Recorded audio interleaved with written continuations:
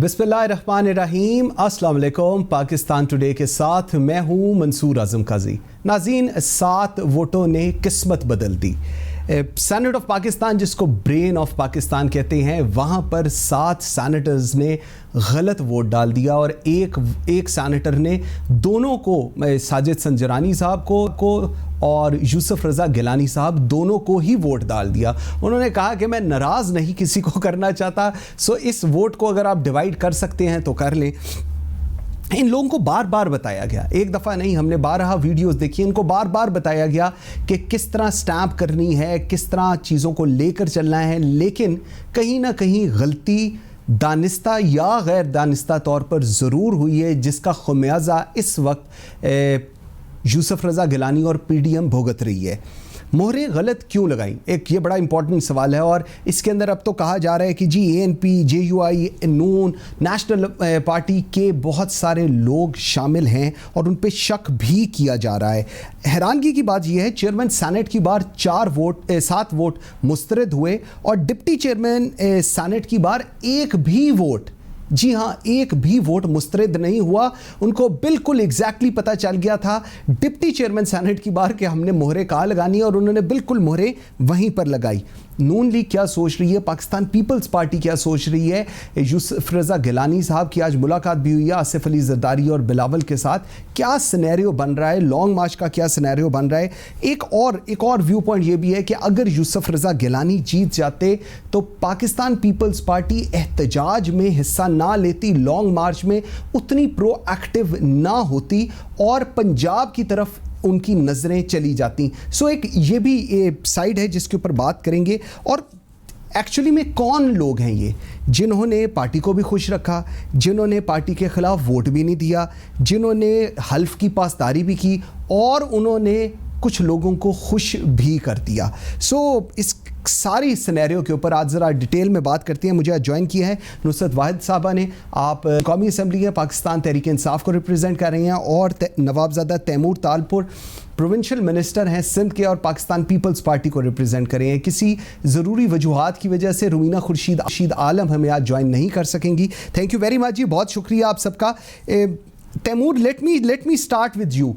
क्या हुआ, 7 वोट किस तरह चले गए? इतना कैटेगोरिकली बताया जा रहा था चीज़ों को कि किस तरह वोट करने हैं, वो जो डब्बे हैं उनके अंदर किस तरह स्टैंप करना है एंड ऑल दैट, लेकिन उसके बाद 7 वोट मुस्तरद हो गए। एक कोई ऐसे, आप PDM का कोई ऐसे सेनेटर थे जिन्होंने दोनों को ही वोट डाल दिया, उन्होंने कहा दोनों खुश रहने चाहिए, उन्होंने दोनों को वोट डाल दिया। ये क्या हुआ एकदम? बिस्मिल्लाहिर्रहमानिर्रहीम।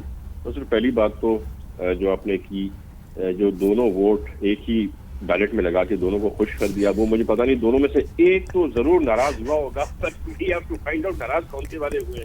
बहरहाल बाकी रही बात आपके 7 वोटों की, तो वो 7 वोट बिल्कुल सही वोट थे। जो इंस्ट्रक्शन हमें मिले थे असेंबली ऑफ द सेनेट से, सेक्रेटरी सेनेट से, जो हमें इंस्ट्रक्शन मिले थे इलेक्शन कमीशन से, उन्हीं इंस्ट्रक्शंस पे हमने अपना काम किया। हमें कहा गया कि आप इस बॉक्स के अंदर कहीं भी कर सकते हैं स्टैम्प, तो लोगों ने कहीं भी स्टैम्प कर दिया। 7 लोगों ने अगर नाम के ऊपर स्टैम्प कर दिया तो उससे कोई फर्क नहीं पड़ता। हमारे वोट्स वैलिड थे, हमारे वोट्स हैं और इंशाल्लाह ताला हमें रिलीफ मिलेगा। ये चोरी की सीट 1-2 दिन आप रख सकते हैं, हमेशा के लिए नहीं रख सकते। तो ठीक है कि जरा संजरानी साहब ने इतना अरसा इस सीट का मजा लिया, तो कुछ दिन और ले ले जब तक हम कोर्ट से अपना फैसला लेके वापस आए और ये सीट लें। आप अगर देखेंगे तो पहले भी एक सुप्रीम कोर्ट के फुल बेंच की जजमेंट आ चुकी है, उन जजमेंट्स पर फैसले होते हैं। उस जजमेंट बड़ा क्लियरली वादे किया गया है कि अगर intent of the voter clearly नजर आ रहा है तो वो वोट जायज है। तो चाहे आप इलेक्शन कमीशन के रूल्स के थ्रू जाएं, चाहे आप सुप्रीम कोर्ट की फुल बेंच के थ्रू जाएं, दोनों तरफ से वी आर सेफ, इंशाल्लाह वी वर विक्टोरियस। ना कि सिर्फ हमारी जमहूरी फतेह है पर हमारी एक दिली फतेह भी है। हमें पता है हम जीते हैं, हम लीड से जीते हैं, ठीक, और इंशाल्लाह ताला वो हम सामने लाएंगे। कुछ it's just a matter of days. ठीक। नुसरत साहबा, ये जो सीट थी ये ठीक थी, जो यूसुफ रज़ा गिलानी साहब वाली सीट थी वो ठीक नहीं थी और आप लोगों ने बहुत ज़्यादती की है हुकूमत ने। आप लोगों ने ये जो 7 सेनेटर्स थे, आप अब मुझे इनका नाम बता दें ये कौन से थे, एटलीस्ट पता चल जाए, क्योंकि सुबह से, कल रात से ये ढूंढ रहे हैं कि वो 7 सेनेटर्स कौन से थे और वो कौन सा सेनेटर था जिसने आप दोनों को ही वोट दे दिया, यूसुफ रज़ा गिलानी को भी और सादिक संजरानी को भी। बिस्मिल्लाहिर्रहमानिर्रहीम। बहुत शुक्रिया आपका अपने प्रोग्राम में मुझे इनवाइट करने का। देखें, जहाँ तक आप कह रहे हैं कि 7 का मैं नाम बता दूँ, तो मैं कैसे बता दूँ? कोई हमने थोड़ी उनको खरीदा है, या हमने और खरीदा भी अगर खुदा ना खास्ता कोई इस तरह की चीज़ हुई भी है, तो क्या वो एक्सपोज़ होंगे? इनको चाहिए ये अपनी सफ़ों में ढूँढें कि वो गद्दार कौन है? जो एक दफ़ा इनको गलत वोट देते हैं, दूसरी दफ़ा बिल्कुल ठीक वोट देते हैं। और जहाँ तक यूसुफ रज़ा गिलानी साहब का है, वो तो बाय चांस आ गए सेनेट पे। अदरवाइज़ आपको पता है कि अगर वहाँ पे हफ़ीज़ शेख साहब नहीं होते, कोई पीटीआई का डाई हार्ड वर्कर होता, तो उसने हारना था ही नहीं। फौजिया अरशद आपको पता है पूरे वोट उन्होंने लिए। यहाँ पे ग्रीवेंसेस थी हमारे वर्कर्स की, हमारे वोटर्स की, हमारे एमएनएस की, हर एक की के हफीज साहब नहीं होने चाहिए क्योंकि वो पार्टी के नहीं है। वो एक बिल्कुल ठीक कह रही हैं। बाहर से आए हुए हैं।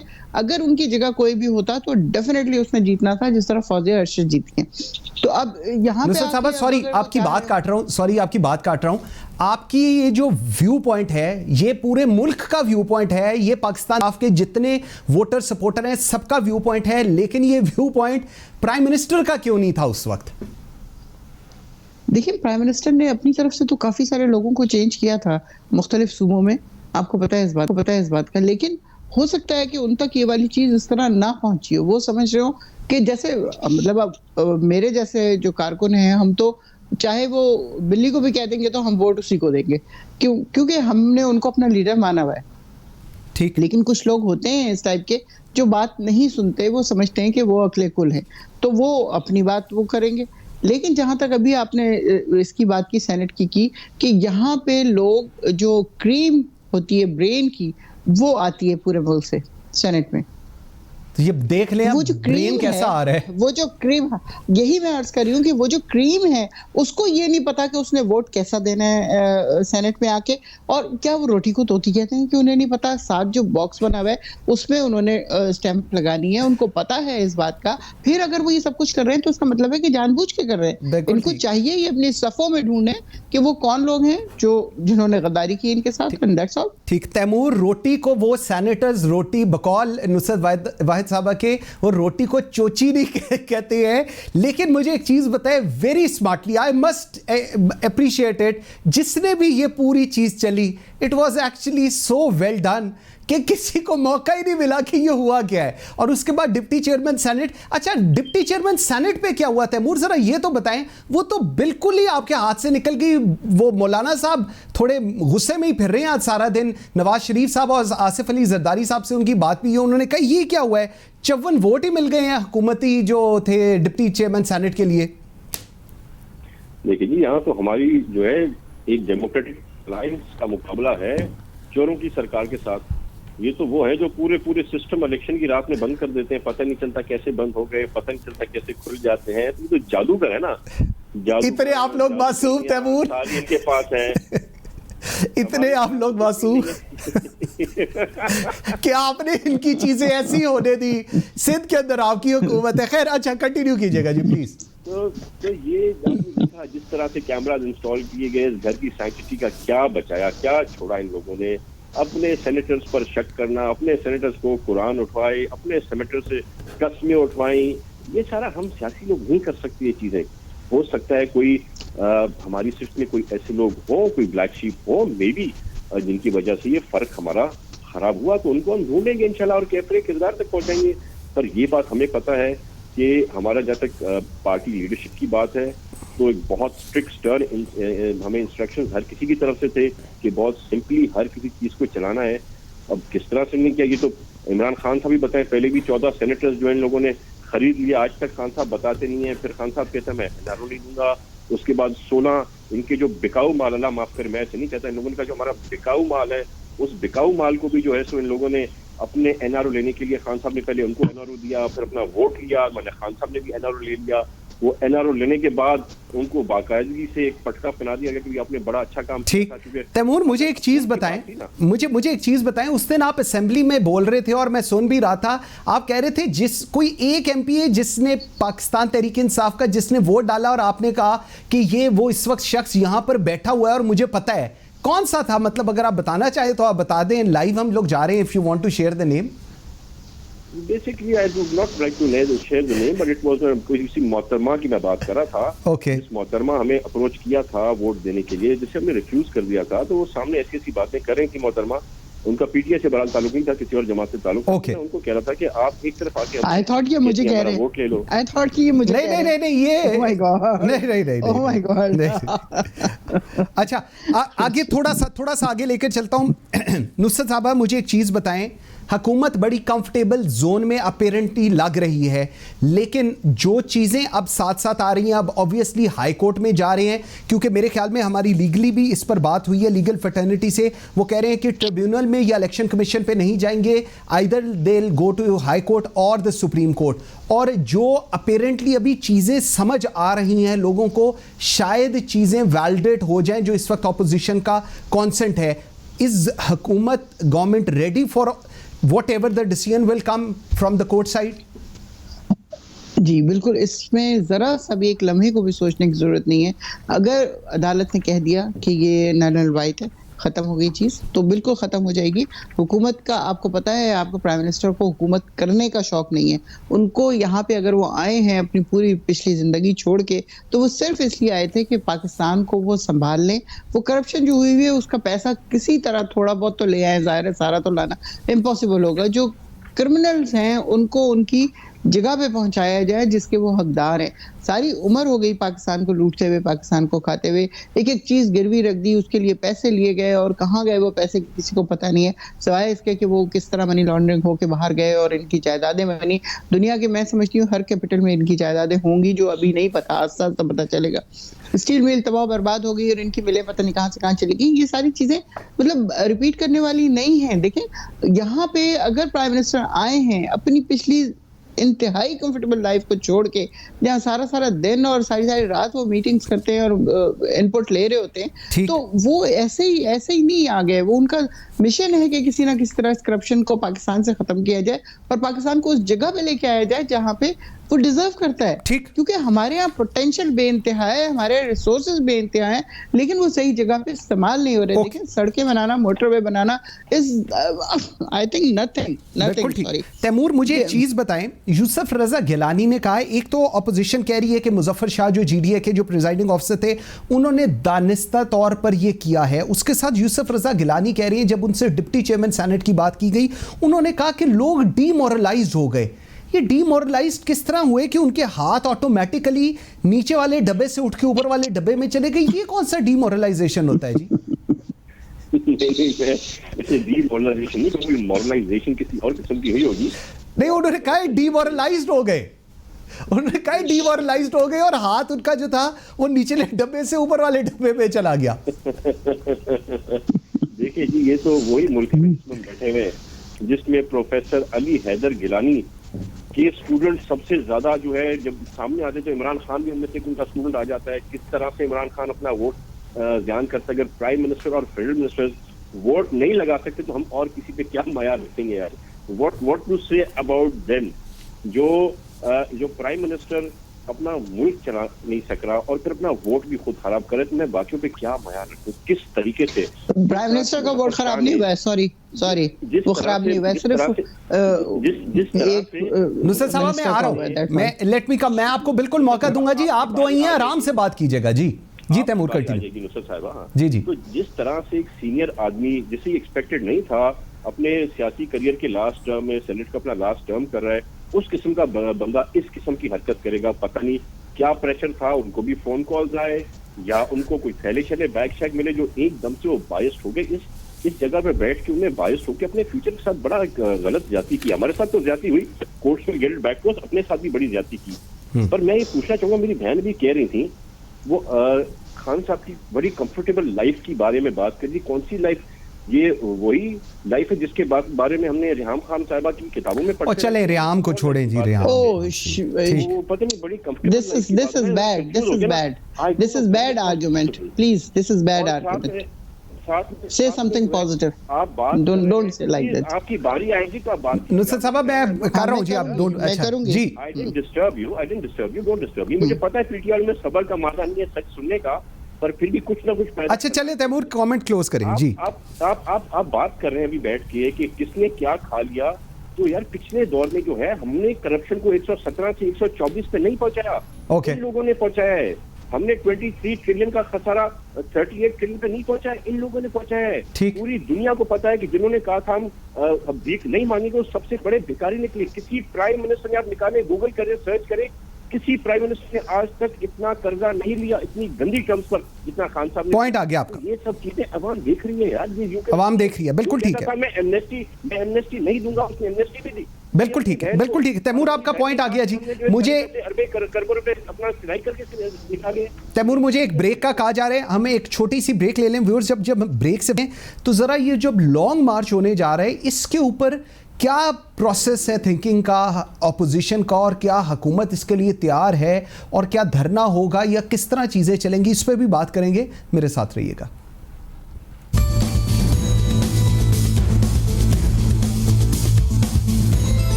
Welcome back after the break जी। नुसरत साहबा, मैं आपकी तरफ आता हूँ। लॉन्ग मार्च के ऊपर अब एक तो हुकूमत के इस फैसले के खिलाफ ऑपोजिशन कोर्ट में जा रही है। वो अब मोस्ट प्रॉब्ली मंडे को, जो अभी तक हमें रिपोर्ट्स आई हैं उस पर कहा गया है कि जी मंडे को ये लोग कोर्ट में जा रहे हैं। उसके साथ साथ अब लॉन्ग मार्च होने लगा है। कितना इफेक्टिव होगा, किस तरह होगा, उस पर तो मैं तैमूर से बात करूंगा।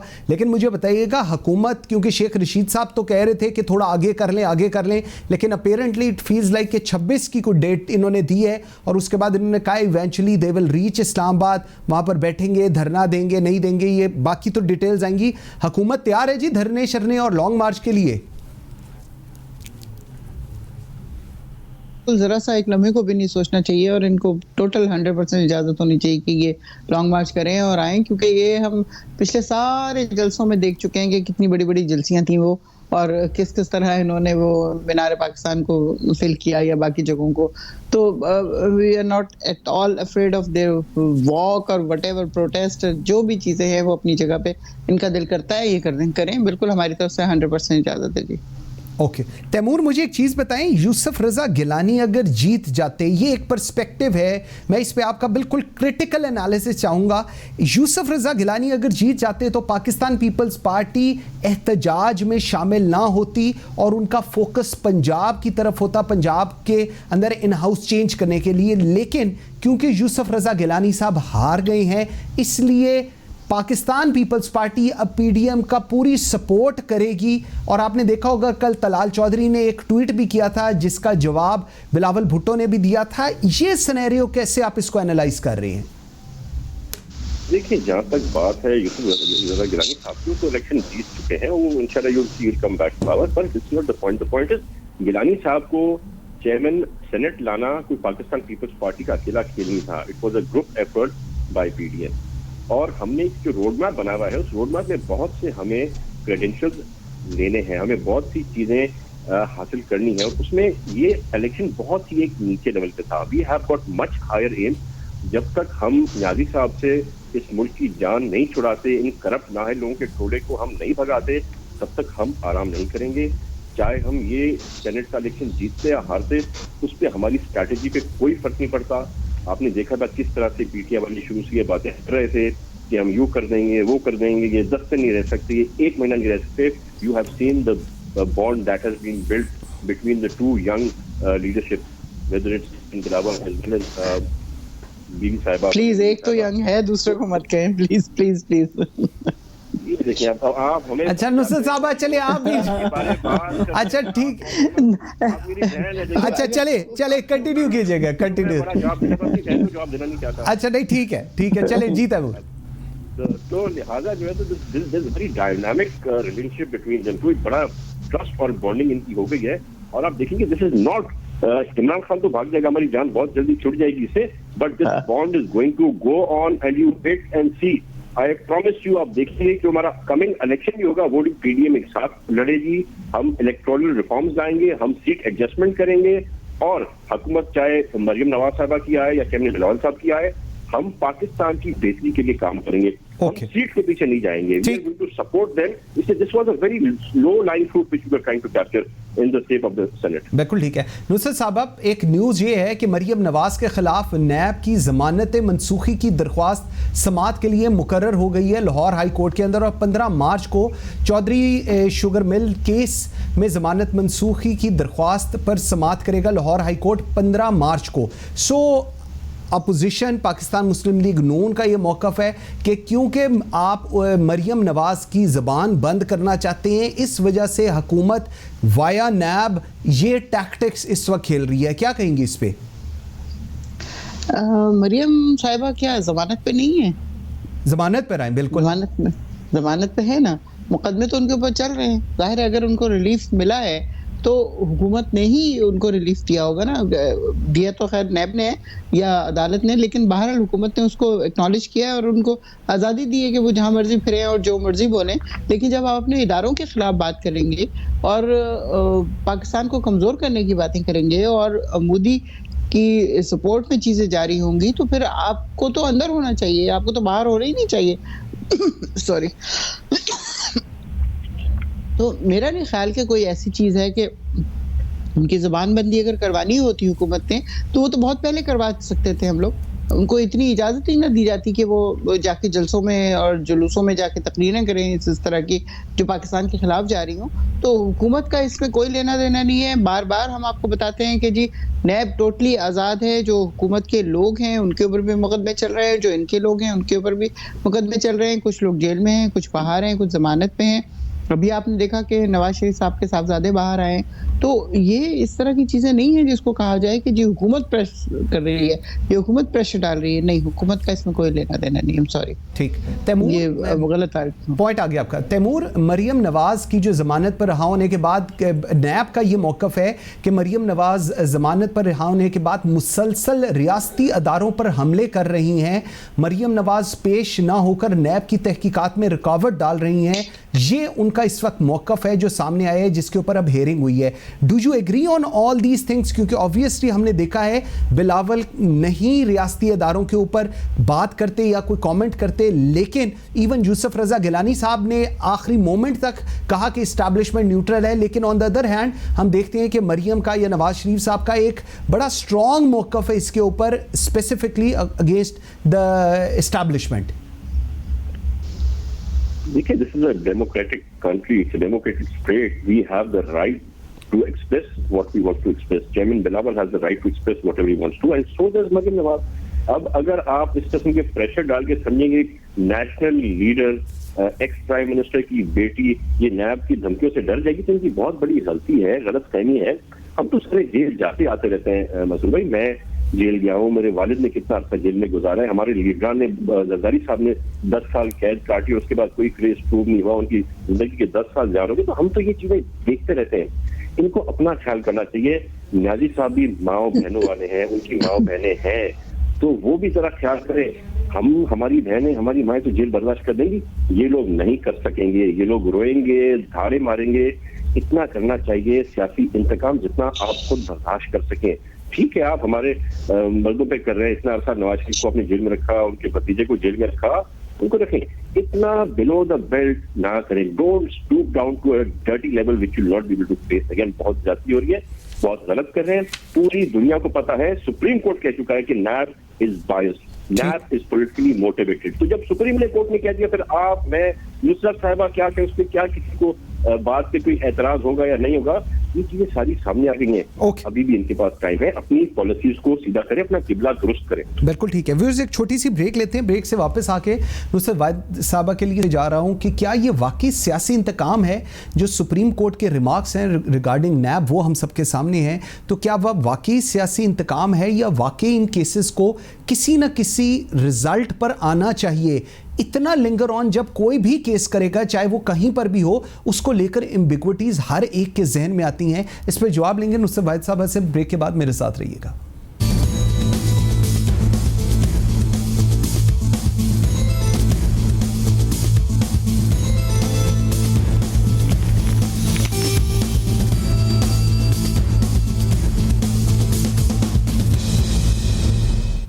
Welcome back after the break. जी नुसरत साहबा, जिस तरह मैं सवाल छोड़ गया था, सुप्रीम कोर्ट के रिमार्क्स हैं नैब को लेकर और कहा जा रहा है कि जी पॉलिटिकल री इंजीनियरिंग का अदारा बना हुआ है। मैं नहीं कहता पॉलिटिकल री इंजीनियरिंग का अदारा है, लेकिन अगर केसेस का मंतकी अंजाम तक नहीं पहुंच रहे और पेंडिंग केसेस चल रही हैं साल हर साल, महीनों से महीनों तक गिरफ्तारियां हो गई, गिरफ्तारियों के बाद भी कुछ नहीं निकल रहा, हाई कोर्ट्स बेल दे रही हैं, तो फिर हम नैब की परफॉर्मेंस को किस तरह गेज करेंगे? क्या आगे देखेंगे इसको? जी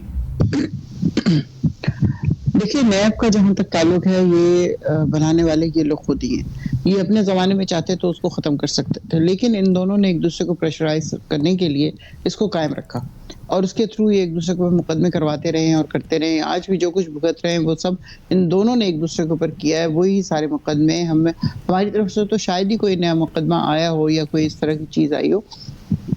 कहने का मकसद ये है कि ये पहले भी इसके ऊपर यही इल्ज़ाम लगता था कि ये पॉलिटिकल है, और आज भी ये इल्ज़ाम लग रहा है कि ये पॉलिटिकल हुकूमत को हिमायत करता है और बाकियों को नहीं करता। तो ऐसी बात मेरे ख्याल में नहीं है। पहली हुकूमत है जो कि ये कर रही है कि एक्चुअली उसको बिल्कुल आज़ाद छोड़ा हुआ है, ना सिर्फ उसको बल्कि तमाम अदालतें, तमाम FIA, हर चीज़। यहाँ पे कोई किसी को फ़ोन करके नहीं कहता कि जी आप इतने दिन की पनिशमेंट दें और आप इतने दिन की पनिशमेंट दें। यहाँ पे टोटली आज़ाद है। यहाँ पे कोई इस तरह उसका कोई रिजल्ट तो आना चाहिए ना, मुकदमात का रिजल्ट भी तो आना चाहिए। अगर रिजल्ट नहीं आ रहा तो इसका मतलब है कि फिर एम्बिग्विटी आ गई लोगों में। नहीं, क्या पाकिस्तान में कोई केस बनता है उसका रिजल्ट आ जाता है? तो इसका मतलब है नहीं आएगा, आइंदा भी नहीं आएगा।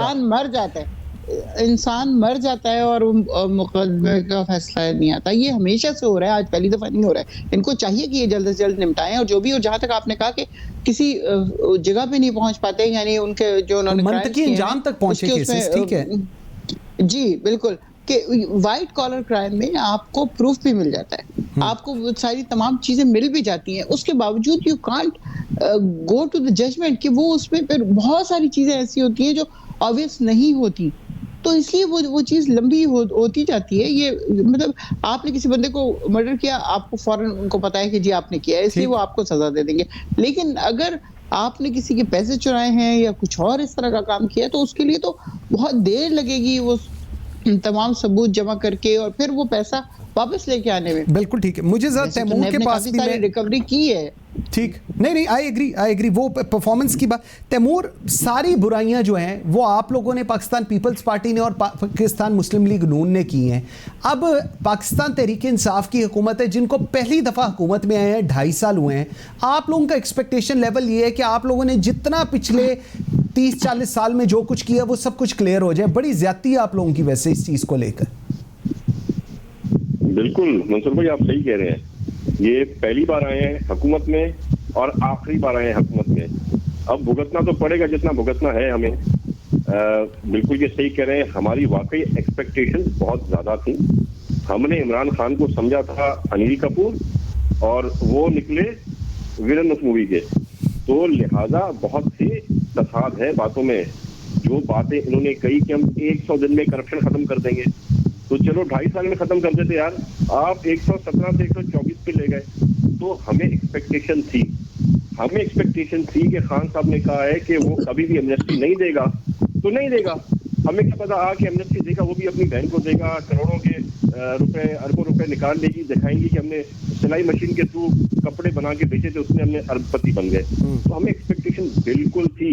हमें एक्सपेक्टेशन थी कि ये लोन लेना बंद कर देंगे जो इन लोगों ने वादा किया था। इन्होंने इतने लोन लिए जितना किसी प्राइम मिनिस्टर ऑफ पाकिस्तान आज तक इतने लोन नहीं लिए।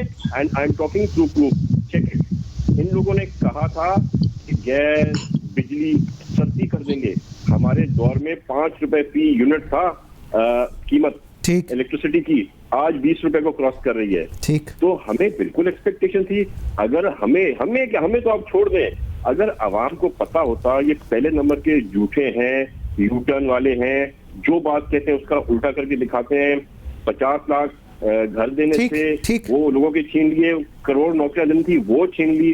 तो अवाम ही इनको बददुआ दे रही है। उन बददुआओं का असर है मंसूर भाई कि आज हर इलेक्शन ये हारते हैं। 9 में से 8 इलेक्शन ये हार जाते हैं। उसका रिजल्ट है कि इनके MNA, इनके MPs ओपनली आके अनाउंस करते हैं कि ये करप्ट है, हम इनके कहने पे इनके एटीएम को सेनेटर नहीं देंगे। ठीक, इन्हीं का जाके मुझे अब सिर्फ जवाब ले लेने दीजिएगा। ठीक, मुझे जरा जवाब ले लेने दीजिएगा। नुसरत साहब, एक तो I really want your response on that, और शॉर्टली मुझे एक आम आदमी की जिंदगी से मुझे आवाज नहीं आ रही, बहुत पुअर कनेक्शन हो गया जी। आवाज नहीं आ रही मुझे। अब आवाज आ रही है जी आपको? जी आवाज आ रही है आपको? बहुत कट के आ रही है। बिल्कुल सही टाइम पे आवाज कट जाती है, बिल्कुल सही टाइम पे समझ में आ जाती है। नुसरत साहब, आवाज आ रही है जी आपको? नुसरत साहब, आवाज आ रही है? नहीं कट रही है। क्लोजिंग कमेंट दीजिएगा जी, क्लोजिंग कमेंट क्या आप देना चाहेंगे? कि मैं ड्रामा कर रही हूँ जी। नहीं, आई बिलीव इन यू जी। आप सिर्फ बताइएगा क्या कहना चाहेंगी आप इस सारी सिचुएशन की तैमूर तालपुर ने कही है, या चीजें किस तरह आगे चलेंगी? What do you want to comment on that जी? ये कि मैं नेट चेंज कर लूं अपना। साहब मेरे पास जी time, I am sorry, I am going out of time. Thank you very much Nusrat Wahid साहब, तैमूर तालपुर। नाज़रीन, at the end of the programme 2-3 चीज़ें बड़ी इंपॉर्टेंट हैं। नैब की परफॉर्मेंस की बात हो रही है, मरियम नवाज़ को बुलाया गया है, बिल्कुल बुलाना चाहिए, चीज़ें आपको क्लियर करनी चाहिए, लेकिन चीज़ों को मंतकी अंजाम तक लेकर जाएं। अगर नैब मंतकी अंजाम तक चीज़ों को नहीं लेकर जाएगी तो एम्बिग्विटी ज़रूर आएगी, हुकूमत के ऊपर भी आएगी, इमरान खान के ऊपर भी आएगी। सो अगर आपके पास प्रूव है, उसको प्रूव करें in the court of law. If you can not prove it, तो फिर ये जो पूरी एक्सरसाइज आप लोग कर रहे हैं, इसका इंपैक्ट जो है वो नेगेटिव आ रहा है। नंबर 1। नंबर 2, पार्टी के खिलाफ कौन लोग थे? वो आज भी सवाल वही है, और मेरे ख्याल में $1 मिलियन क्वेश्चन है ये। कौन लोग हैं जिन्होंने पार्टी को खुश रखा? नंबर 1, जिन्होंने पार्टी के खिलाफ वोट नहीं किया। नंबर 2, जो हल्फ उठाया था उसकी भी पासदारी की, और कुछ लोगों की बात भी मान ली। ये नहीं हो सकता, मैं एटलीस्ट ये मानने के लिए तैयार नहीं कि आपको पता हो कि हमने स्टैंप कहाँ लगानी है, आप लोग सैनेटर्स थे, आप सबको पता हो, और उसके बावजूद गलत जगह पर स्टैंप्स लगी हों। कोर्ट में क्या होगा, डिसीजन क्या आएगा, ये मंडे को हम देखेंगे, क्या आगे प्रोसीडिंग कोर्ट की चलते हैं। लेकिन ये जो कुछ हो रहा है, इसका इम्पैक्ट एक आम आदमी की ज़िंदगी पर बेहतर नहीं हो रहा, और लोगों का ट्रस्ट लेवल सियासत से ख़त्म होता जा रहा है। Thank you very much for watching Pakistan today. बशर्ते ज़िंदगी आपसे मुलाकात होगी कल। मुझे मंसूर आज़म काजी को इजाज़त दीजिए। अल्लाह हाफ़िज़।